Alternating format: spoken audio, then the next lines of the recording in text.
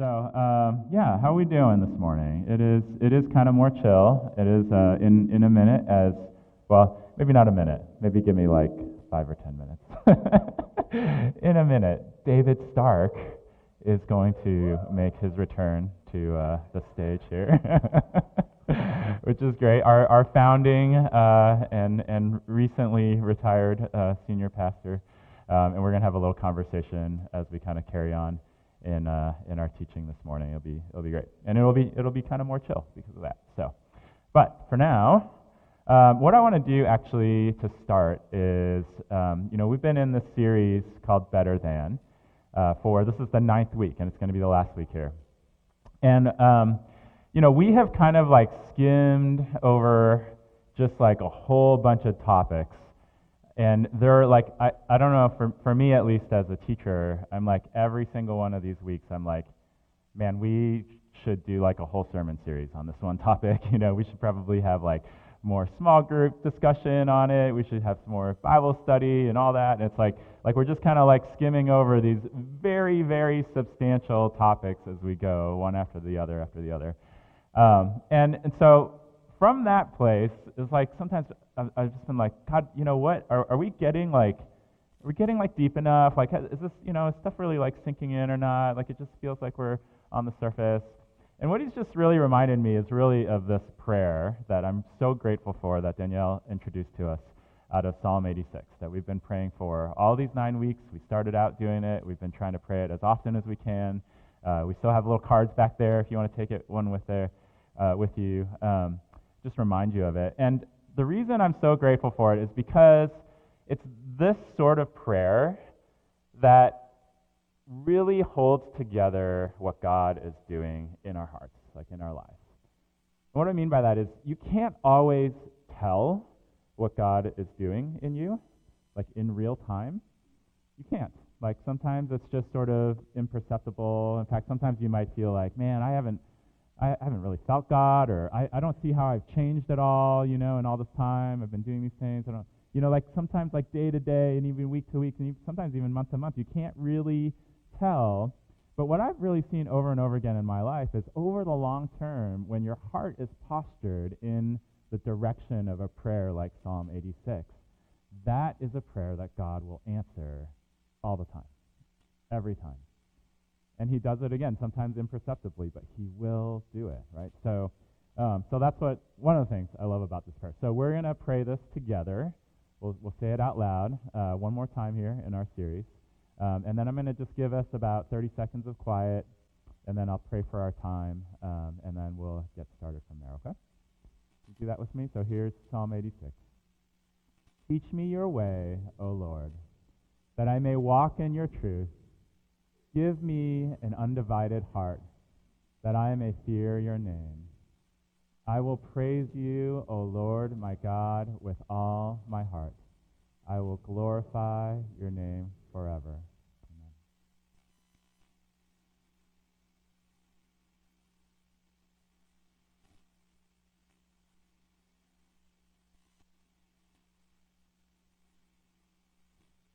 Who knows what that is? The Jetsons, very good. I actually, I did not hear this at all, but apparently they're doing some kind of reboot movie thing coming up. Has anyone heard that? Yeah, I know. Those things never turn out well. It's a terrible idea, but since we completely lack creativity nowadays, we just have to keep trying to reboot things. But that is the Jetsons. I'm imagining that our younger folks in here have no idea what that is. I don't know. Can somebody explain what the Jetsons? You definitely don't know what the Jetsons are, do you? I need to watch it with you. Maybe. I don't know. Yeah. What's somebody give me like a one sentence? What is the Jetsons? If you remember, a modern space age. There we go. Duh. Actually, I didn't see you behind Zach there, Emily, because you're. Emily, if you ever want to know what a show is like, she's got the sayings down. Yes, the Jetson, and yeah, right, all that stuff. There we go. Yep, we're starting this thing. Yeah. The Jetsons came out in the originally in the 60s. I don't know if you know that. That was the original. And then it was really most of you are probably familiar with it in the 80s when they had most of their episodes. And yeah, they were set in in space. They all lived in space. We don't know how we got there, but they all kind of hung out flying around in these little space mobiles. And a big theme of it was about how they would have just so much more leisure. They had robots. They had what was the robot's name? Rosie. There we go, Rosie. So they had Rosie in their house, and so Rosie did everything for them apparently. So it was pretty great. And there's this. I found in Wikipedia this statement here, which I just thought was great. So I'm just going to read it word for word here. It says, George Jetson, that's the dad there. George Jetson's work week consists of an hour a day, 2 days a week. Jetson commutes to work in an aero car with a transparent bubble top. You can see it there. Daily life is leisurely, assisted by numerous labor-saving devices, which occasionally break down with humorous results. Despite this, everyone complains of exhausting hard labor and difficulties living with the remaining inconveniences. So I thought of the Jetsons because what I observed, right, just kind of thinking back over time, especially like in the last, I don't know, maybe since like the Industrial Revolution, maybe since like the advent of computers, technology, right? Like there's all this pace of change, and there's always kind of this promise that we're going to have more time, right? Things are going to get more efficient. We're going to get more done. We'll just be able to have more freedom, to just be able to do whatever we want to do. That was just so much. I don't know, so much of what I grew up with, thinking that would be the case. And like shows like the Jetsons kind of reinforce that, right? As technology keeps going, we're just gonna get all this time. I think we've mostly soured on that idea, probably, right?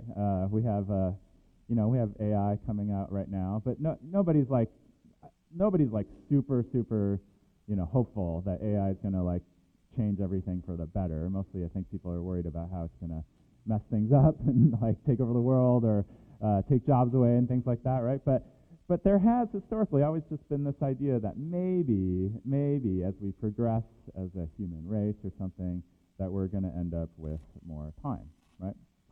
And it's an interesting thing, right? To want. We want to be able to have more time, don't we? And so, we've been in this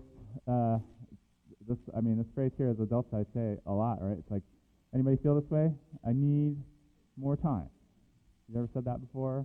How many times have you said that this morning? So, anybody? I was thinking about how, like I was running 5 minutes behind this morning, which I always do. I know, it's just shocking. I am 100% of the time 5 minutes late. But, not every 5 minutes is created equal, right? Like the 5 minutes that I was running behind this morning would have been really nice to have in a different way than other 5 minutes are. And so we are in that space a lot of times. Or, really, maybe you don't feel exactly like I need more time, but you may have thought of something like this, that I wish time would fill in the blank. Right? You're sitting in class, exactly. You're sitting in class, you're sitting in the DMV, something that's boring, you're like, I wish time would speed up. Or maybe you're doing something you really love, you're at the beach, you're on vacation, man, I can't believe how fast this is going, I wish time would slow down, right? Or I wish I had more time for this particular thing, or that particular thing, or less of this, right? I mean, there's always this kind of, you see what I'm saying, right? Like there's always this kind of sense that time is just kind of not within our grasp in the way that we want. And I think the reason we feel that way is because it's true, right? Time is this thing that goes on at its pace no matter what. Each second, each minute, each hour is going to be passing no matter what you do. And, we've been going through in our series, we've talked about a lot of things, right? We've kind of framed a lot of these themes in the terms of how, in the series has been about Ecclesiastes, how it's not godless, but it is gospelless. And let me come back to that in a second. We've talked about how Jesus is better than smarts and pleasures and wealth, doing the right thing, your dream job, and even just life itself. We've talked about all these kind of themes that we see out of Ecclesiastes. And one thing that we could say about time, as we kind of wrap it up, is that all of those things sort of happen in the context of time. They all do, right? If you think about it. And the other thing that we could say about it is that with all of these other ones, there's kind of varying degrees where you would say, like, well, maybe like with wealth, that's not something that I necessarily struggle with as much. We talked early on about how we have to wrestle with these things, right? Yeah, but wealth isn't necessarily a thing, or like pleasures. No, I don't necessarily wrestle with that as much. I know Jesus is better than that, or you can kind of just pick your thing, and it's like kind of varying degrees with everybody. But I think that every one of us, for sure, struggles with time to some degree or another. My time, and what is it that God, how is it that God's given us time? How do we spend it, right? All those kind of things. And so that's what we want to spend a little bit of time talking about this morning with David. And I just want to go back. I guess I put these out of order the way that I put it. I just want to remind us of this, right? That we've talked about Ecclesiastes as a wrap-up here, that this book in the Old Testament has kind of given us this view of wisdom. It's given us these ideas of what the world is like, and it's really kind of laid out reality in a lot of ways. Often in a depressing way. I think every teacher has kind of joked about how whatever reading sounds depressing. But it's not godless. Like he knows that God, he's operating within a worldview that has God, that puts God in this position of authority. But what he doesn't have is the gospel. He doesn't have Jesus. He doesn't know what is the difference between just what's like, how you see the reality of the world, or what we've called a lot is the best of observable wisdom, versus what's actually Jesus. And sometimes those things are really, really different. What does Jesus have to say about the topic, and what is Jesus actually asking us into actively as we're in relationship? And so what I want to do before we bring David up is I want to read, and it would be a shame not to really, to go through Ecclesiastes and not read the most famous passage, I think, of Ecclesiastes 3. Or Ecclesiastes, which is chapter 3, okay? So these verses here. And as I read this, okay, I just want you to notice, I'm going to read it kind of slow. I just want you to notice, and you can look at the screen or you don't have to, you can just listen to. Just notice your response to this, right? Like, what do you feel about this as I'm reading through it, again, kind of slowly, okay? So here it is, chapter 3, starting in verse 1. There is a time for everything, and a season for every activity under the heavens. A time to be born, and a time to die. A time to plant, and a time to uproot. A time to kill, and a time to heal. A time to tear down, and a time to build. A time to weep, and a time to laugh. A time to mourn, and a time to dance. A time to scatter stones, and a time to gather them. A time to embrace, and a time to refrain from embracing. A time to search, and a time to give up. A time to keep, and a time to throw away. A time to tear, and a time to mend. A time to be silent, and a time to speak.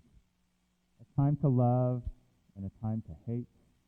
A time for war, and a time for peace.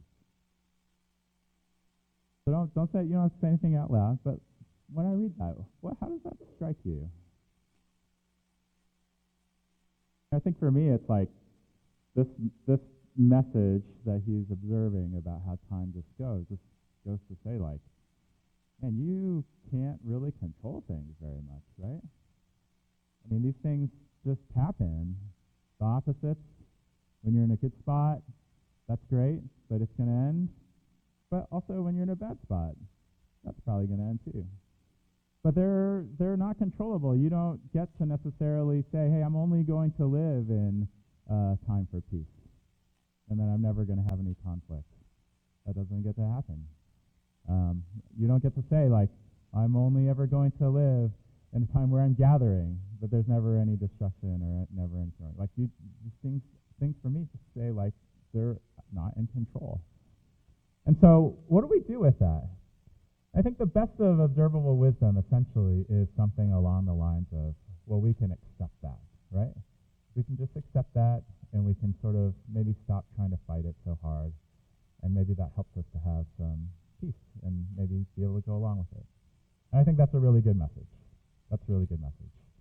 But we're not going to stop there this morning because we think Jesus is actually better than that. And so I'm going to bring David up.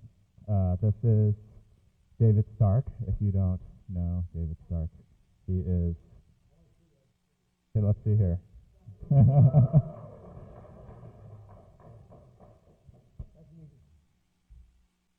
David retired, quote unquote. That's right. No, well, we did stop paying him, so in that sense, he is definitely retired. In August, right? Yep. So at the end of July. Yep. And we had felt like eventually you're gonna be back up here to do some teachings from time to time. Yep. But we felt like that probably didn't need to happen. We give some good space until the new year. That's right. But we found a way to cheat, and that's by doing this. So giving some interview time for David. And so first of all, I just felt like probably everybody, I mean, you've been around and everything, so I know people have gotten to talk to you. But kind of like for everybody all together, I just wanted to start with the simple question of how is retirement going? Good. Okay. No, I would say the thing that it's been really good. I've been waiting for my crisis of identity. It hasn't come yet. I know I still have it, but I feel quite excited and grateful, and it's very fun to just come to church and do the things that I feel like I'm supposed to do. And not that I tried to do that before. It's a little harder when you're the lead pastor. So I think that's been really good. I think one thing is, it's interesting because this is not because, to blend this into what we're talking about, but time's been a huge thing, trying to figure out, the thing that people kept saying to me where you get to do anything you want. And it doesn't take very long to realize that's not very fun. You think it is, but you recognize, I guess that's not actually, it doesn't bring the fulfillment I thought. And it doesn't mean that, it just means it's not my time anymore. It's like all of a sudden you're retired, it's like, now it's your time. I say, no, it's still not my time. And deciding what you do with that's kind of different because now you don't have things just happening, and then you have so much to figure out. You kind of have the whole package to figure out, right? And so that's been really interesting. And the other thing I'd say is that I've been amazed at how God is working and directing me through more desire than burden. And how to describe that. I think most of my time was I'd have a burden, I'd ask God what to do about it, and I'm not saying God doesn't lead that way sometimes, and then I would do those things, and I would feel God's presence, but now it's more like, well, what would you like to do? And I think, well, what do you want me to do? And so that's been very odd to try to figure out how I bring desire into being led more, which I think he's probably always wanted, but now I have space to really think about that. So those are the things going on. So it's good. No, that's good. No, that's a great lead-in. So we've been doing a New Testament passage, something with Jesus, every week as we go through the series. So that's a great lead-in to our passage for this morning, which is familiar to a lot of people. This is out of Luke 10, okay? So we'll just read this real quick together, and then we're going to ask David about it, all right?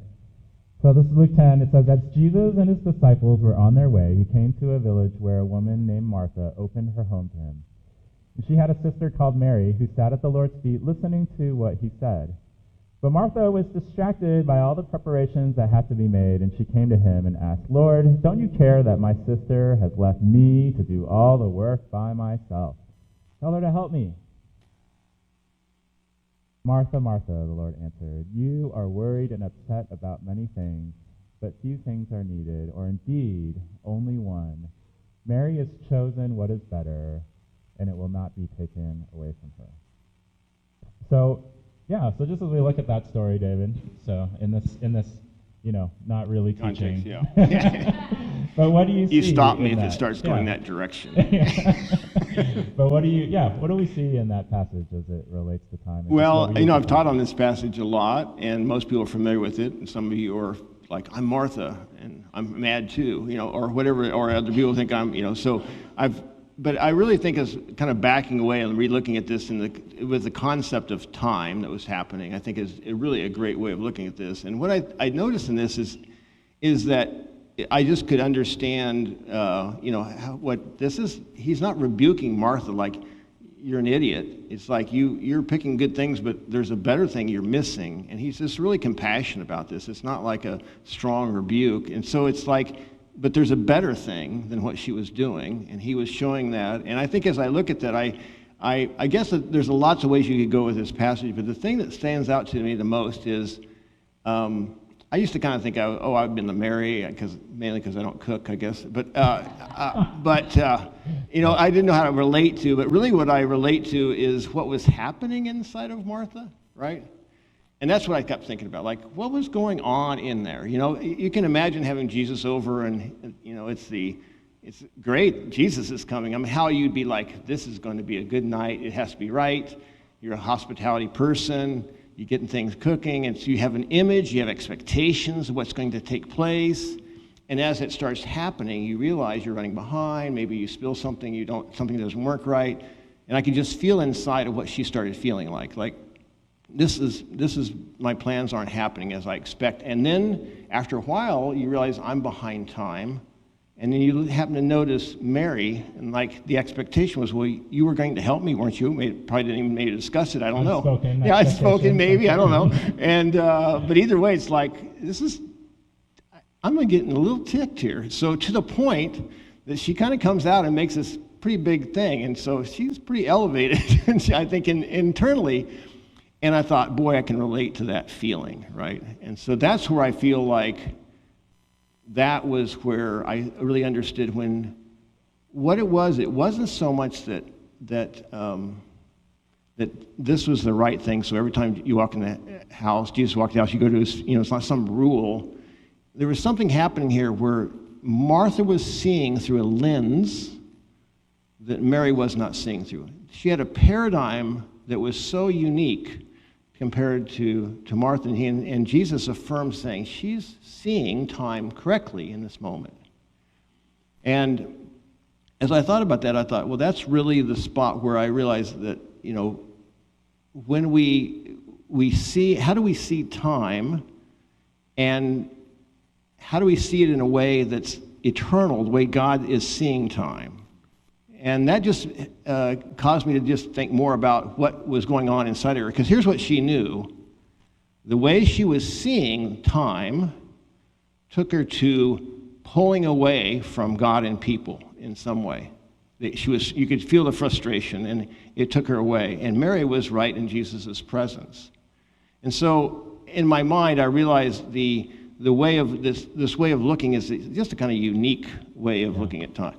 Yeah. And so. Yeah, it's really, like you said, it's like there are two different paradigms, right? Like how would you describe what the two planes are, or the two paradigms? Yeah, because I think, some people could look at Martha and say, I'm just like her, I'm not like Martha, but the issue becomes that you have certain ways that you want time to go. Like if you came here, you're hoping it goes this way and not another way.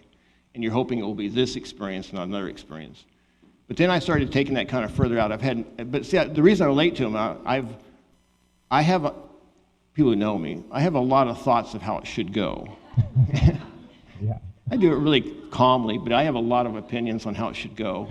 How's this going so far? Do you feel like it's okay, but I'm still critiquing it. So, so the reality of it is, but that's kind of like on everything. Yeah. So and I think that's not just, maybe I'm more aware of it. I think everybody does, right? So I've had times where I've had this thing that I've really sincerely planned for good, like really thought it out and came up with my plan for this time. And it did not, have you guys ever had that? And it goes the other direction after all this effort put into this time, and it goes sideways, or it's a horrible vacation. And everybody asks you, how's your vacation? Oh, it had some good points. And then you think, it was really exhausting. So you can take it on big scale, but I actually started realizing you can actually think it on really minute scale. Like, how many times do you get up at a good spot, and by the time you get to work, the traffic has made you ticked, or something happens at work, or your boss says this, or this situation happens, and all of a sudden, the time is not going as you wanted, or you're behind, or you realize that the clock is ticking, and so internally you're just, and so it's like we find ourselves always thinking, okay, I got to manage time now so I can have more of the good and not of the tension. And so Martha, I'm going to go in there and change the situation, and we're going to change this time here, right? And I think the difference is if you're looking at time in that way, you can even kind of get better at managing, but you often find yourself not being fulfilled in that even. You're just managing, right? And so I think it's interesting with time, because I'm not anti-planning and taking choices to set like disciplines and going to church every Sunday. I think so. I've been doing that all my life, going to small groups to have a smaller community, praying regularly, making sure I go home at time and not work too long to be with family, and on, all those kind of things. I think God can lead us in planning, right? Yeah. And it's even maybe, I don't know if that's what you say, it's called observable wisdom. It's observable, but it's also, you can even pray about like that, and I think those are really good. But this kind of goes to another level. It's like, what would it be like to not be in charge of your time? To realize time is time, and God has something in all the seasons that we go through. Yeah. So that's really where I think that's... What do you think Mary is doing different, or what is she experiencing? What is the better? It says Mary has chosen what is better. Yeah. What is the better thing, you think? Well, I think, I think of that one psalm of just one day in your courts is worth everything. That feeling of understanding. If I could feel, obviously, the presence of Jesus, and we sometimes just think of that physically being there, but the place of she's fully present with Jesus in the house, and she's right there, and she's understanding this is what's way more important than anything that could possibly be happening in this house, right? And so I think the place is, it's kind of clear that she has the presence of God right with her, and it's this filling, satisfying moment. And yet we see Martha kind of just triggered and upset and trying to manage her time because something's not going right? And I think Jesus' comment, I think his comment was extremely, I would say Jesus' comment was really compassionate, like, Martha, Martha. Basically, and I don't think it's like, every time I come in, I want you to sit at my feet, Martha. No, I think he was saying, Martha, Martha, you're seeing time in a way that is always wearing you out. And you're just always worn out because you're trying to do, and she with a good heart even, trying to do the right things with time. And so I think that's what it gets me is when I find myself not doing well because I'm waiting for this time to get better, or I just shut down when I'm in a situation because I want to get out of this time into something else, which I just do a lot. I realize that's not what God's after. He wants to be present in my time, whatever that is. Yeah, so along those lines, you've shared with me a little bit about how that's been an area of growth that you've experienced more and more change, and even recently, right? So talk a little bit about that. Well, I think it's been, I've always struggled with anxiety. So when you have a feeling like you want to manage your time well, and you have anxiety, it's a tough mix, So I've always tried to figure out, how to get enough emotional energy and set boundaries and throughout my life. And so I'm not saying that's bad, but I remember right as we were planning the church, I realized we planted the church in 1997, October, and then we had Christmas. Our whole family went back to Topeka, Kansas, where our parents were, and we had a Christmas together, had a great time. And then I came back to St. Louis. I was working a job and planning a full-time job and planning the church, so my time was... You're a little busy. Busy, yeah. Yeah. And I remember I got a call that my father, after we left, he went to my mom and said, I think I need to go to the doctor, which is pretty much a sign that my dad's dying, because he never says that. And come to find out, he was dying. He went in, he held it out till he left. He went in, he had cancer that had reoccurred in his body, which he didn't know about. And they said, probably 5 to 10 days, you'll die. And so it was a bit of shock. And so I remember going back, kind of a blur, going back to the hospital. And it was really strange. It was just clear we had a little bit of time to be with my dad, and he was going to die. And he was clear on that. He was very clear on that. We were all clear on that. It was really weird. And so people heard that my dad was dying, and he'd been in this town for a long time. And what was so odd was people started flocking to the hospital. I mean, like packed waiting rooms to see if they could see my dad. And some we could, and some couldn't, depending on where he was at. But a couple of examples where I remember one kid his name was David as well, that my dad always cared about and kind of was a second father to him, or just an uncle, kind of like uncle to him. He taught him how to fish. And he brought in a picture of the first fish he had. He just started crying and telling my dad what that meant to him. And what was weird, I know my dad pretty well, he was like, what in the world's going on here? Yeah, like, you're crying over the fish, you know? And so, but he was like, real, you know, he was just laying, and he had pretty good cognitive understanding at that point, right? He was able to communicate and all that stuff. He wasn't.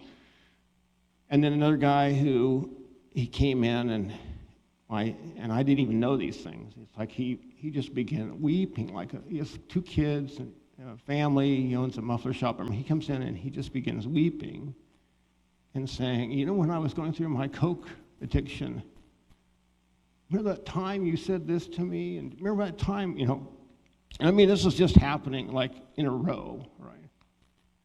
And I thought, oh, I guess my dad was pretty cool. I didn't know this, you know? So I remember thinking, so this was going on, and what happened in that moment was I started watching, and I could tell my dad was always busy. He constantly, like overly busy, kind of driven. He started his own businesses. He helped everybody. People came to our house all the time. He was always running way more than 5 minutes late, and hours late at work, coming in late. He was just I'd get up in the morning, he'd been up all night trying to write stuff out. You know, he just was always driven in a way of just trying to get everything in, take care of us, raise all these things, start the business, be a part of church. And, but his love was always people. Like he would just, if he could get a time to talk your leg off, he would. I'd have my friends come over, and I'd come up, I'd go to bed, they'd be talking to my dad. He would just have people over to our house all the time. People come eat dinner with us, because that's what he just loved, but he had to squeeze it in somehow, right? And he just did it all the time. And now I'm sitting here watching him, and he knows clearly he's dying. And he's listening to these stories. And I could tell there was something that happened in him. He realized that all that matters is God and people. And he always had that in him, but he didn't, his time was still driving him a lot, right? And so he just began thinking that way. Those last few moments he was able to, and telling people things and being present. And I remember watching that, and I was sitting with him really late at night. We'd kind of take rotation shifts with him. I was in the room. And what's so weird is I was sad. I'm not saying everybody experienced my dad's death like I did, but for me, I was really sad about, I'm sitting there with my dad, he's turning orange and getting weaker by the day. But I felt God's presence in the room. And when he would talk to people, I could feel what counted so clearly, and I could see what counted so clearly. It was just God and people. And I remember thinking, I've never heard God audibly, but I've had some close ones. It's like this voice came to my head so clearly. And this was one of those times. And I felt like really clearly God said, don't forget this. This is it. And from that point on, it's kind of saved me. because in church planting, it's insane. So church pastoring's insane, but church planting's insane on top of pastoring. And all the things I went through in church planting and all the conflicts and all the things and all the strategies, God would always say, it's about God and people, period. When you get to the end of your life, you will see what's important, and it's only God and people. Because, see, God and people are the only things that are eternal. Everything else goes away. And so I think that has been something that has always been there. But I'm telling you, time's powerful in coming in. And the message of how we see time is really a different paradigm in America. But I can tell you it's not correct. It's not fulfilling. And so my dad, what was funny is towards the end, it's like, I got a few more days to get some stuff in here. So he was like, this is what counts. And so his death was not ugly. It was really beautiful. And lately that's been kind of like, I can't figure out what I'm supposed to do when I get up in the morning sometimes. Like, but I do know there's two things that are eternal. And this is the joy of being a pastor. I can't get away from anybody. I mean, I have to love all of you. But the thing is, that's true for everybody, right? I just have to, I'm forced into it, you know. Or I'm just mad all the time. Yeah. Or I'm just Martha running around saying, why aren't you doing that? You know, which as leaders, we do that sometimes. Sorry about that. But that's where I realized this has been what counts. It's not how good the church looks or this or that. It's like, is my the relationship with God and people, is it expanding every day? And the only way I can do that is I can't come up with that myself. I can't manage my own time to get there. I can decide what I want to choose, but even that I have to decide, God help me. So I just feel like I just long to have that more and more where I know that it's being present with God, and whatever is going to be at the end of your life is what you should be living for now, right? So that's where I'm thinking, okay, I got a few more years to get some stuff in, you know, but I want it to be not for the sake of gain, for the sake of that's where I find true life and satisfaction. Well, yeah, I mean, it strikes me. I mean, what you're saying sounds like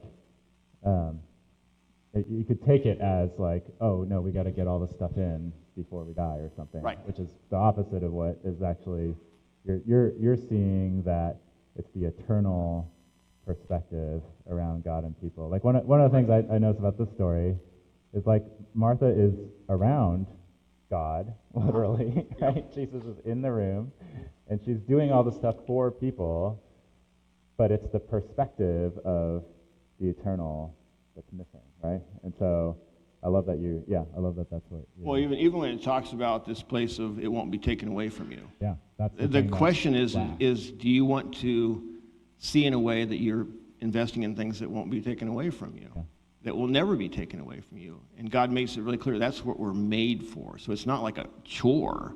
It's where we find God in those moments. And the thing about it is, though, is I just want to say this really clearly. Life is crazy. Life is painful, and life turns situations, and circumstances go sideways all the time in life. And I think there's an acceptance of that's life on earth, right? And so we can do two things. We can try to manage it, to try to say, I'm going to avoid all these things that are so painful and find the other things, or somehow figure something. Or we can say, what if Jesus' presence with me in all of the seasons of life? That's fulfillment, right? And so that's where I feel like it's not about like just time management. It's about understanding that it's not our time, but it is really hard to yield to let God have our time. And we can't do that without his help, but it's really changes everything. And so, yeah. That's awesome. That's a good place to stop, I think. Yeah, I want to have the worship team come on up, and thank you, David, for doing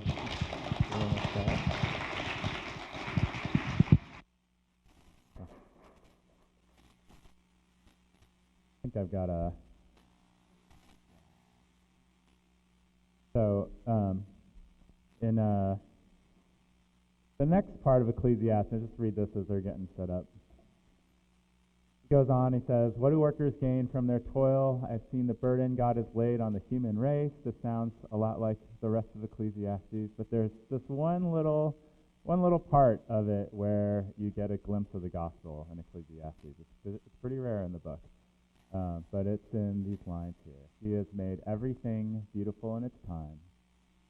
He has also set eternity in the human heart, yet no one can fathom what God has done."